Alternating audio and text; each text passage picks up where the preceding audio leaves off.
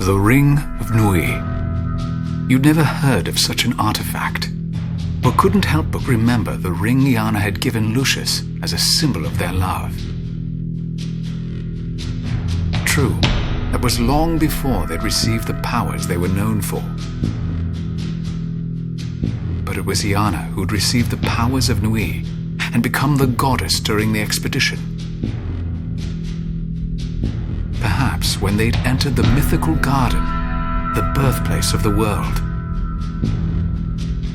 The ordinary ring she'd given Lucius had been imbued with power, just like she was. You searched for what you'd seen of her memories, and a fortress-like prison filled your mind. Had Lucius been convicted? Oddly enough, Iana turned, and you saw Lucius standing at her side. Sloane's home was sparse and compact. Clearly, he had no family. However, the note from the ring box hinted that he did have someone special. When you touched the cushion inside, you got the vivid sensation it had held the Ring of Nui. And that it was, indeed, the ring Iana had given to Lucius. How many love stories had that humble circle played a role in? First Iana and Lucius, then Sloane and his mystery love. Certainly the Bloodhounds had no such romantic intentions for it.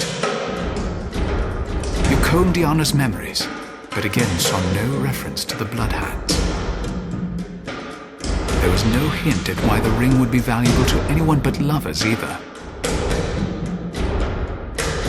And not a clue as to what powers it may have received.